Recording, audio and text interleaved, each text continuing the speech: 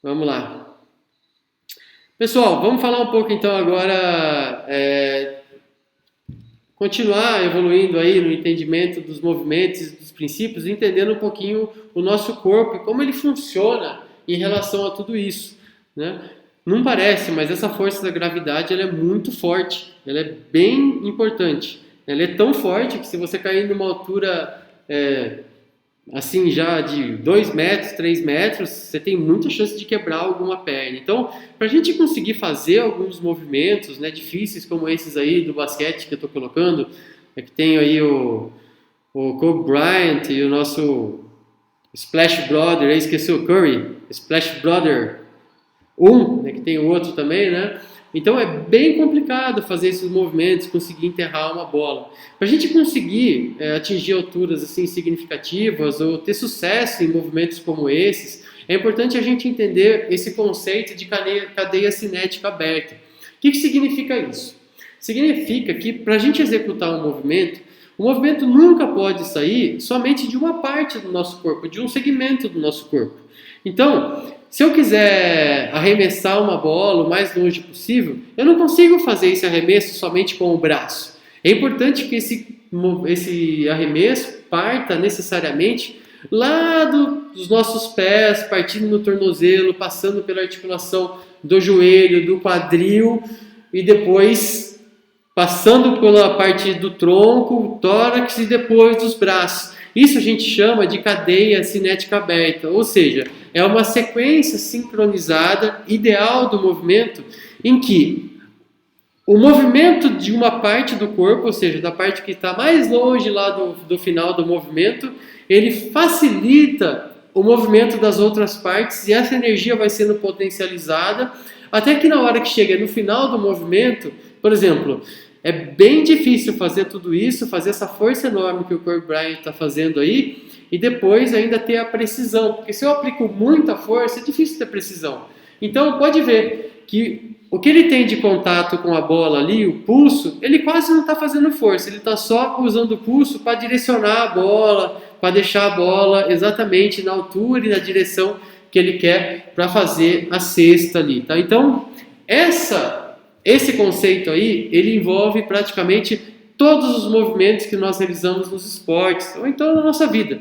Então, sempre que a gente vai fazer um movimento, nós temos que saber que tem uma sequência bem importante ali. E normalmente o que acontece? Essa sequência, ela tem que estar no tempo certo. Então, por exemplo, não adianta eu fazer um movimento com o joelho a hora que eu estou arremessando lá no final. O joelho, então começa, por exemplo, vou dar um arremesso. Começo na ponta do pé, depois a força vai para o joelho, depois vem para o quadril, isso vai impulsionando. Depois vai para o tronco e depois lá em cima vai para o braço, né, na articulação do cotovelo e depois finalmente no punho ali para lançar a bola. Tá? Até o dedo está envolvido nisso aí, é que o dedo que acaba fazendo a direção do movimento.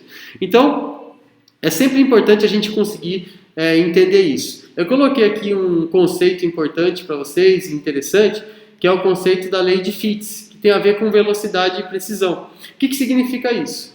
Quanto mais veloz você vai fazer uma ação motora, menos preciso a gente é. Tá? É sempre assim. Tá? Então existe essa relação aí, já foi muito estudada, tem muitos estudos que testaram esse paradigma aí da lei de Fitts, né? Essa lei de Fitts. Então, por exemplo, se vocês testarem, por exemplo, pensa assim, vou tentar acertar um alvo.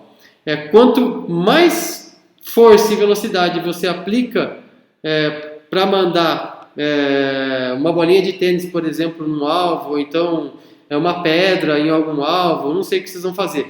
Quanto mais força e mais velocidade você aplica na pedra, menos preciso provavelmente você vai ser, porque é assim que conta a lei de Fitts, né? Que velocidade é inversamente proporcional à precisão. Ok? Tranquilo? Trouxe mais um ponto-chave para vocês aí, ó. Uma das mudanças mais significativas que vemos no desenvolvimento de habilidades em crianças e iniciantes é o modo como eles fazem essa transição entre o uso de uma ação simples e a execução de habilidades por meio de um padrão de movimento sequencial, eficiente e adequadamente sincronizado. Então, podem observar, quando vocês estiverem aprendendo alguma ação pela primeira vez, Por exemplo, digamos que você vai jogar, o tênis não é muito comum, digamos que você vai jogar tênis. Nas primeiras raquetadas que você vai dar, pode ver que a gente tende a congelar alguns graus de liberdade. O que significa isso? Provavelmente você vai ficar com o seu tronco e com as suas pernas e quadril parado e vai mexer só o braço.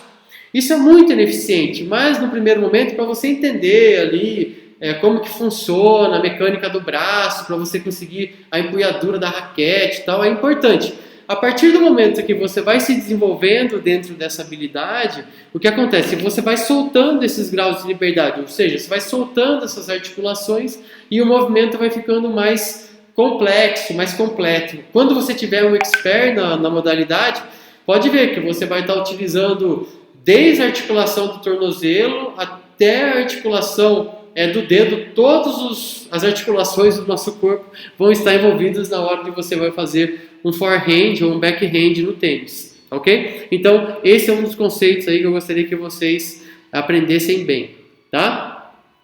Outros conceitos que a gente tem que ter em mente é em relação a equilíbrio e estabilidade, que eles estão relacionados, mas não são as mesmas coisas, tá? Então, equilíbrio é uma coisa e estabilidade é outra. O que é o equilíbrio? Ele está relacionado, como está colocado aí na tela para vocês, lá em cima, a capacidade de um objeto ou de uma pessoa em manter em uma determinada posição ou postura sobre uma base. Então, eu posso estar equilibrado, mas eu não posso estar numa postura necessariamente estável. Eu posso estar equilibrado, por exemplo, na ponta dos pés num pé só. E essa postura não é nada estável, é uma postura bem instável, tá? Então, o que significa isso? Significa que talvez tenha uma contraposição aí entre estabilidade e mobilidade, tá? Vamos continuar então. A estabilidade, por exemplo, está diretamente relacionada ao centro de gravidade, tá? O que é o centro de gravidade? É onde se concentra a massa do nosso corpo que está sendo atraída para a Terra, tá bom? Então, por exemplo, normalmente, se a gente estiver numa postura em pé, ela fica bem ali no nosso abdômen, ali na parte interna ali do abdômen, tá bom? Olha só, para a gente conseguir mais estabilidade, o que é necessário? Se a gente conseguir abaixar o máximo possível, né, esse ponto, né, do centro de gravidade para perto do solo e aumentar a base, a gente tem um sucesso maior na estabilidade. Olha só os lutadores de sumô, eles estão vendo como eles estão numa postura que parece ser muito mais estável, por exemplo, do que a do Bolt, que está numa velocidade bem maior ali em cima? Então, essas duas relações aí, elas acabam sendo um pouquinho antagonistas. No entanto, né, a estabilidade, o atleta de sumô, ele não consegue ter tanta velocidade, tanta mobilidade igual o Bolt tem na postura dele. Então, é difícil sair dessa postura aí. Tanto é que eles ficam assim, os lutadores de sumô, porque eles querem se manter estáveis, eles querem ser empurrados e não serem influenciados pela essa força que está sendo exercida nele para que eles mantenham a posição, porque se eles perderem a posição, eles perdem, né, o combate ali do sumô, tá? Então nós temos alguns pontos chaves aí, ali, ó, a estabilidade do indivíduo está relacionada à capacidade de resistir ao movimento ou à perturbação. Então você pode aumentar a sua estabilidade aumentando a base de apoio, tá? Baixando o centro de cavidade e mantendo-o dentro da base de apoio, ok? Então, se a gente pegar as crianças que estão começando a aprender a andar, ou estão começando a andar, percebam o movimento delas, comecem a imaginar aí, o que elas fazem normalmente? Elas abrem bem a base de apoio, tá? Porque elas não têm tanto equilíbrio, então, abrindo essa base de apoio, provavelmente vai melhorar a estabilidade delas, né? Então, elas têm aquela passada com os pés bem abertos, com a base bem ampla, para conseguir começar a andar. A partir do momento que elas vão adquirindo equilíbrio, melhorando, né? Elas vão aumentando a velocidade e vão diminuindo a base de apoio, até que elas começam a correr e daí praticamente não tem base de apoio, né? Porque o apoio é de uma perna só, né? Porque tem a fase de voo. Então, outro ponto-chave aí, ó. Embora leve melhora do equilíbrio, o aumento da estabilidade também leva à diminuição da mobilidade. Logo, os praticantes habilidosos utilizam a base de apoio aberta apenas o bastante para fornecer estabilidade suficiente às suas atividades. Eu coloquei o Marcelo jogando com o Messi aí, ó. O Marcelo está sendo empurrado pelo Messi. Então ele quer proteger a bola, ele não quer sofrer essa força aí para perder a posição que ele está. Num segundo momento, a hora que ele está livre, ele não vai manter essa base de apoio, ele vai ficar com a postura mais ereta, porque ele quer garantir uma mobilidade para conseguir reagir ao ataque do adversário e mexer com a bola. Então, essa relação aí é bem importante, tá? E a gente tem que ter esse entendimento, isso faz parte praticamente de todos os esportes, essa relação, né, de como a gente tem que lidar com a estabilidade, tem tudo a ver com os esportes. Por exemplo, eu lembro no boxe, por exemplo, eles pediam para eu manter a base de apoio o máximo possível, porque senão eu poderia sofrer um golpe. Quando eu estava fazendo preparação, preparação física de alguns atletas de boxe, eu fui aprender um pouco sobre boxe, e a primeira coisa que eu aprendi é sobre a base de apoio, que tinha que estar aberta o suficiente para eu não perder o equilíbrio, porque se eu caísse, eu podia perder ponto, apesar de nunca ter lutado. Então, quem luta boxe não vem querer fazer sparring comigo, que eu vou sair correndo, além de não querer quebrar o nariz, né? Porque tem bastante gente que luta boxe e quebra o nariz, que eu sei, tá?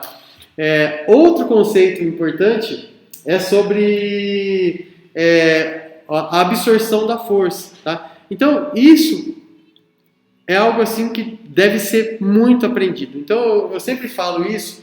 Eu fui num congresso de biomecânica e foi um pessoal lá da Universidade de Nova York para apresentar. Eles tinham um estudo longitudinal, um estudo com muitas pessoas. O que é um estudo longitudinal? Eles acompanharam um grupo de pessoas ao longo de praticamente 30 anos.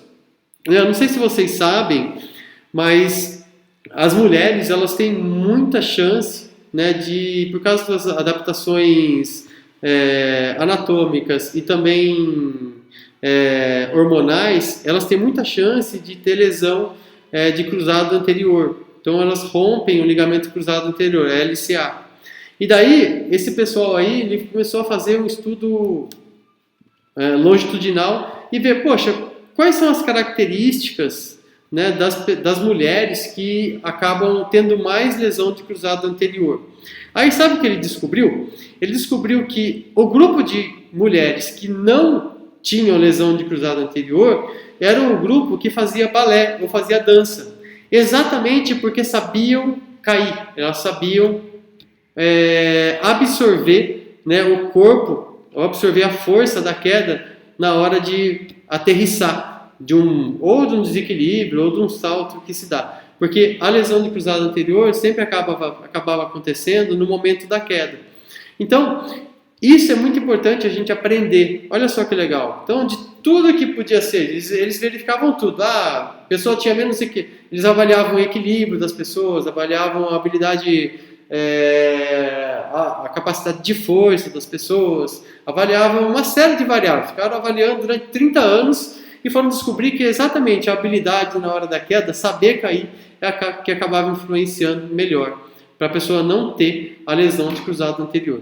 Tá? Então, olha essas duas figuras. Ó. Então, a maior absorção de força, né, ela ocorre, né, com o aumento do tempo de impacto ou a área de absorção. O que significa isso?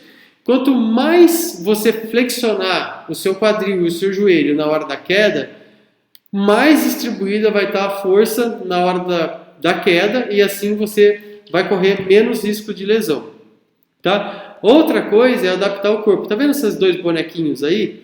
Normalmente, se a pessoa que cai com o joelho lá para frente, ela acaba tendo menos oportunidade, né, de adaptar o corpo para agachar mais. Então, ela vai diminuir o tempo de queda e daí a força, né, da queda, da gravidade ali, ó, do solo, vai vir direto, no momento único, então não vai ter muita chance de absorver. Então, se você conseguir executar um salto igual esse rapaz aí está fazendo, né, parece que ele tem bastante habilidade para cair, então você vai ter menos chance de ter uma lesão e vai manter o seu sistema músculo-esquelético aí mais preservado ao longo do tempo. Tá? Olha mais um ponto-chave aí. Para absorver as forças transmitidas aos seus corpos, os indivíduos devem aumentar a quantidade de tempo de impacto, ou seja, deixando seus membros flexionarem ou aumentar a área sobre a qual a força é absorvida. Então, uma outra forma é você abrir bem a base de apoio. Igual a gente está falando aqui na estabilidade, ó, Se você cair com as pernas, com os pés mais separados, com bastante base de apoio, você também distribui mais, né, a força que está sendo aplicada contra você por causa da queda, e isso vai melhorar a sua capacidade de absorção de força, tá bom? No esporte isso acontece bastante também. Então, quando eu trabalho com futebol, eu sempre explico isso. Quando você vai receber uma bola, o que a gente tem que fazer? O futebol é um esporte super difícil de dominar a bola, de controlar a bola. Então, o que a gente tem que fazer? A gente tem que buscar a bola com os pés lá na frente, e quando a bola está chegando rápido, você tem que, quando estabelece o contrato, você puxa a perna para trás, aumentando o tempo de absorção de força para fazer com que a bola vá perdendo força aos poucos, e daí ela não vai rebater no seu pé. A mesma coisa acontece quando a gente está fazendo uma recepção do handball ou do basquete. Então a gente vai lá, estende o braço lá na frente, e a hora que a bola está chegando, a gente puxa a bola, acompanhando e diminuindo a velocidade da bola, junto com a flexão dos cotovelos, né? E trazendo a bola para perto do corpo. Então, isso é bem diferente se eu ficar só com o braço estendido. O que acontece? Ela bate na minha mão, vai dar um impacto grande e provavelmente vai ser mais difícil da gente conseguir dominar essa bola. Tá? Vamos parar um pouquinho.